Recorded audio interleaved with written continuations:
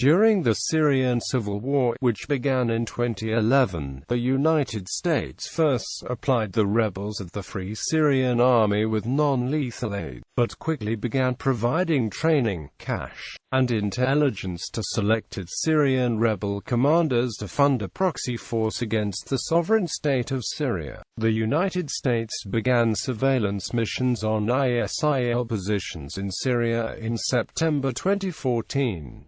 On September 10, President Barack Obama gave a speech indicating his intent to degrade and ultimately destroy Islamic State of Iraq and the Levant, saying, "I have made it clear that we will hunt down terrorists who threaten our country, wherever they are. That means I will not hesitate to take action against ISIL in Syria as well as Iraq." On September 22, 2014, the United States, Bahrain, Jordan, Qatar, Saudi Arabia, and the United Arab Emirates began to strike targets of the Islamic State of Iraq and the Levant inside Syria, as well as the Khorasan group in the Idlib Governorate to the west of Aleppo and the al-Nusra front around Ar-Raqqah, as part of the military intervention against ISIL. On November 2, 2015, in response to the intervention, representatives from Ar-Raqqah attended a meeting with the al-Nusra Front, the Khorasan Group, the ISIL, and Jand al-Aqsa, which sought to unite several hardline groups against the US-led coalition and other moderate Syrian rebel groups. On November 6, a US airstrike struck Ar-Raqqah at its headquarters in Idlib. By the 14th of November 2014, it was revealed that the negotiations between al-Nusra, Jand al-Aqsa, ISIL and Ar-Raqqah had failed. Background: following the start of the Arab Spring in 2011, protests in Syria against the Assad administration were suppressed and became violent. In 2012, the al-Nusra Front was established by the Islamic State of Iraq as the official branch of al-Qaeda in Syria. The al-Nusra Front was eclipsed by its own creator, and al-Qaeda severed its ties to the Islamic State of Iraq and the Levant in February 2014, after an 8-month power struggle,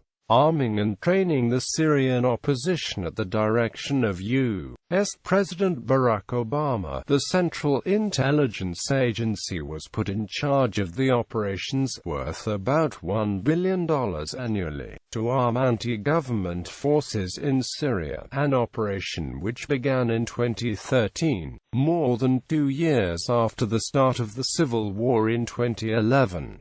Prior to 2013, the CIA only supplied the apparently moderate rebels of the Free Syrian Army with non-lethal aid, but later began providing training, cash, and intelligence to selected rebel commanders, while the CIA-run programs to arm and train Syrian opposition factions began 2013. On September 17, 2014, the House of Representatives voted to authorize the executive branch to train and equip Syrian rebels against ISIL forces. One of the groups the United States intended to train and equip was the Islamist Army of Mujahideen, while the Ar-Raqqah group was already being supplied. There were indications that the Army of Mujahideen was still being vetted for support. The United States was set to send 400 troops and hundreds of support staff to countries neighboring Syria to train 5,000 opposition soldiers a year for the next 3 years. The countries taking part in the Train and Equip program were to include Jordan, Qatar, Saudi Arabia, and Turkey. The Pentagon confirmed that it had selected 1,200 Syrian opposition members to begin training in March 2015, with 3,000 to complete training by the end of 2015. However, of that number only about 200 actually began training, the majority of whom left after being required to agree to fight only against ISIL and not the Assad government. As of mid-2015, only a group of 54 such fighters had been deployed, which was quickly routed by al-Nusra. The successful experience in Kobani had informed U.S. policy in regards to arming Syrian opposition groups other than the Kurdish YPG, with plans to give other groups technicals equipped with radio and GPS equipment to call in airstrikes. John R. Allen, President Obama's envoy to the International Coalition Against ISIL, has said, "It is clearly part of our plan that not only we will train them, and we will equip them with the latest weapons systems, but we will also protect them when the time comes," alluding to aiding the opposition with air support and no-fly zones. The United Kingdom announced it will send around 75 military instructors to train Syrian opposition forces. The Train and Equip program started on the 9th of May.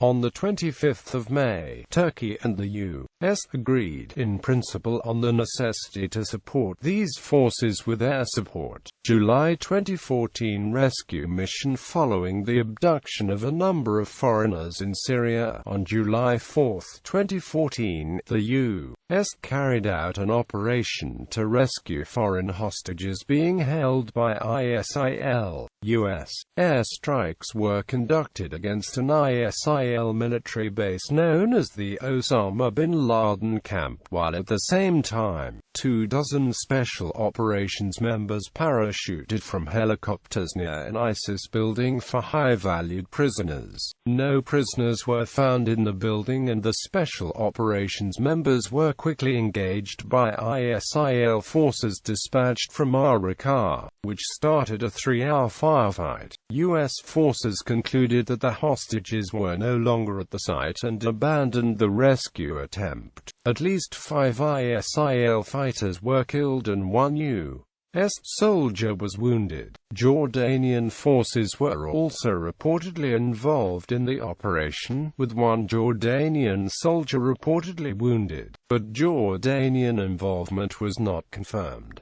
Later on, it was reported that the hostages had been moved 24 hours before the attempted rescue. Following the mission, it was still unclear whether the operation failed due to bad intelligence or whether ISIL forces were alerted in advance of the mission. Beheadings of Western hostages. In the aftermath of the rescue mission, and purportedly as a response to airstrikes in Iraq, ISIL beheaded 3 hostages over a 1-month period. Americans James Foley on August 19, 2014, Stephen Sotloff on September 2, and Britain David Haynes on September 13. Surveillance flights over Syria. On August 26, 2014, the U.S. began sending surveillance flights, including drones, over Syria to gather intelligence on ISIL targets in Syria. The flights began gathering intelligence that would aid future airstrikes. However, airstrikes were not yet authorized at that point, and no approval was sought from the Assad government for flights entering Syrian airspace. International coalitions against ISIL. On the 5th of September, 15 September and the 3rd of December 2014, different sets of countries came together to discuss concerted action against ISIL. Present at all 3 meetings were the United States, United Kingdom, France, Germany, Italy, Canada, Turkey and Denmark. The coalition of the 5th of September decided to support anti-ISIL forces in Iraq and Syria. A coalition of the 3rd of December 2014 agreed on a many-sided strategy against ISIL, including cutting off ISIL's financing and funding and exposing ISIL's true nature. training Syrian moderate opposition to fight ISIL. In late 2013, the United States began a program to train and equip Syrian moderate rebels. In July 2015, the first class of 54 US-backed rebels were inserted into Syria from Turkey. Within days, virtually all of the US-backed rebels were dead or missing, and the leader had been captured by the al-Qaeda-affiliated al-Nusra Front. In March 2015, the United Kingdom announced that it would provide military training to Syrian moderate opposition forces, to enable them to defend Syrian communities against ISIL, and later also lead offensives against ISIL.